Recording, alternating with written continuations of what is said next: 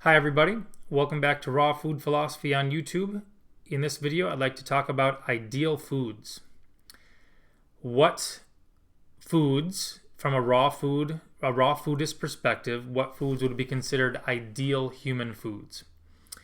And I guess this is kind of an obvious thing, just from the perspective of the diet. Like a raw foodist is going to believe that the ideal human foods are raw foods. And to me, I guess for me, there's kind of two things I think about. One, would you find the food and eat it in its natural form? And two, it's kind of a personal thing for me, but two, is it symbiotic with the plant? So I do think there's value to me in thinking about what is symbiotic with the plant and what is not symbiotic with the plant. So that would rule out some kind of edge cases like root vegetables, anything that grows underground. If you uproot the plant to have the roots, you are killing the plant. So that's not, a symbiotic relationship with the plant. So for me, I do kind of add that second caveat, as a personal thing to me is, are we being symbiotic with the plant that we're getting the food from? But the first piece, and kind of the most broad piece, of a raw food diet, is identifying those foods that you would find and eat in their natural forms. So, this would include all fruit, any type of fruit that you find out there, more or less. There's not any fruits that I'm thinking of off the top of my head that are like poisonous. I guess there are some berries probably out there that are poisonous to humans, but, broadly, almost all fruit you can think of is a food that you would find and eat in its natural form. Leaves, right? Like lettuce and spinach and leaves, and like stalks, like celery stalks, things like that. That's kind of our version of shoots. Some these animals eat like a lot of shoots, like gorillas eat a lot of bamboo. I think that celery is kind of our version of that, kind of that thick stalk. Non-sugary things like tomatoes and avocados, mushrooms, right?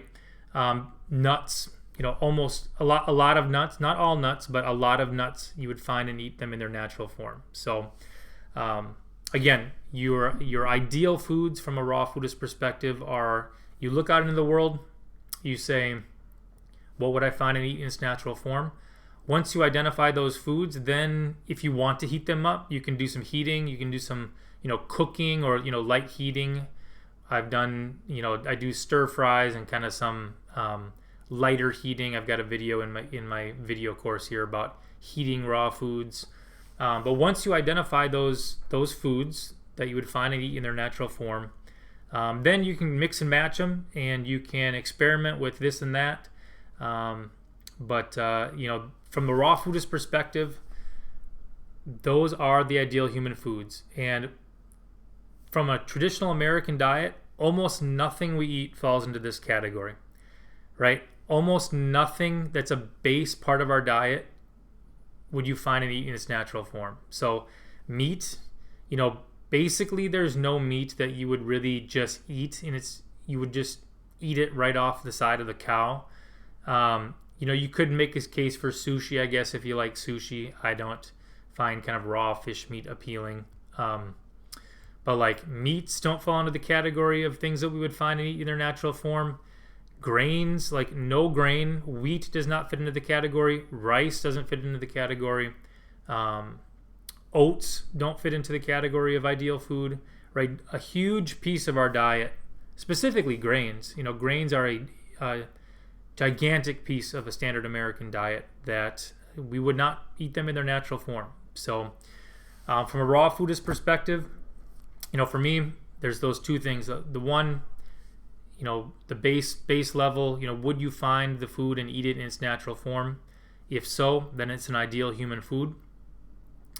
And two, for me, is it symbiotic with the plant? Are we being, I think there's a lot of value into thinking about being symbiotic with the natural world, with animals and plants, like even things like trees. If we cut down our trees, we're not going to have fresh oxygen to breathe.